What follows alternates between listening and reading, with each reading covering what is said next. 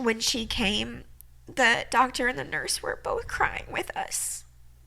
And that stands out to me a lot. That was really meaningful because it felt like they were recognizing this loss, which also was recognizing her life.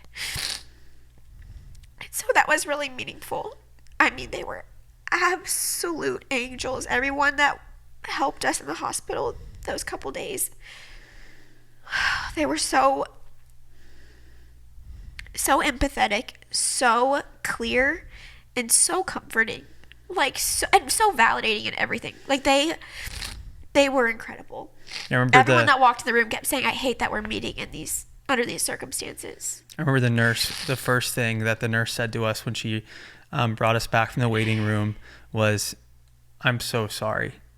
I'm so sorry that we're meeting under these circumstances, and I grieve with you for the loss of your baby." You know, at that time we had known that it was a baby girl. We found that out with the initial ultrasound at the we forgot to say that we came back from the ultrasound into the doctor's office when we were making plans about delivery and everything. She was like, "And the ultrasound tech thinks she found gender. Do you want to know?" And we were like, "Yes."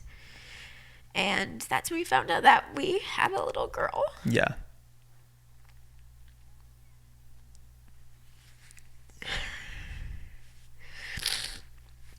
But yes, every nurse, every doctor, every person, phlebotomist, whatever was coming in was just so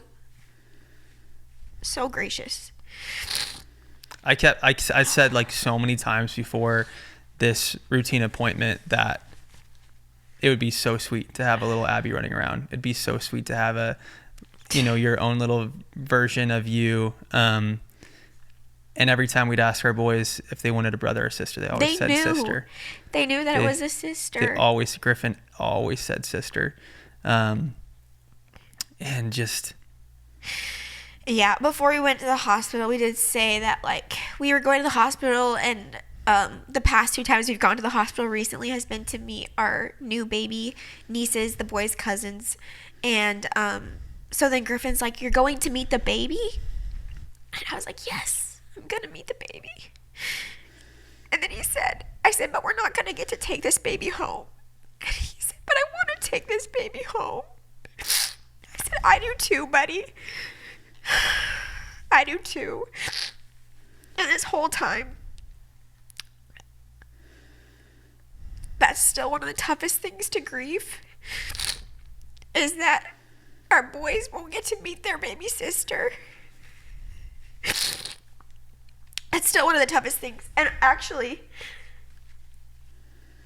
I can say it is, for me as a mom, it felt like the most unnatural thing in the world to leave the hospital without my baby that day.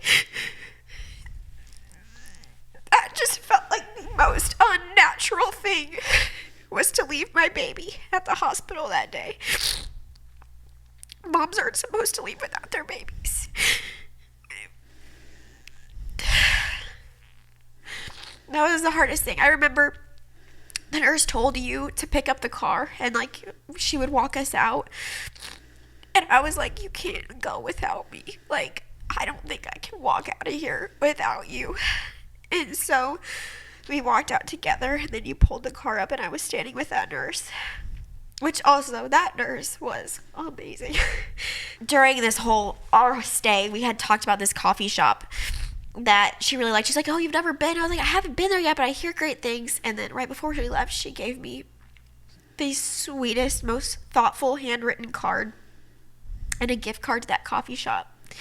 And this morning, I used that gift card to get my coffee and another mom who lost a baby girl at 18 weeks.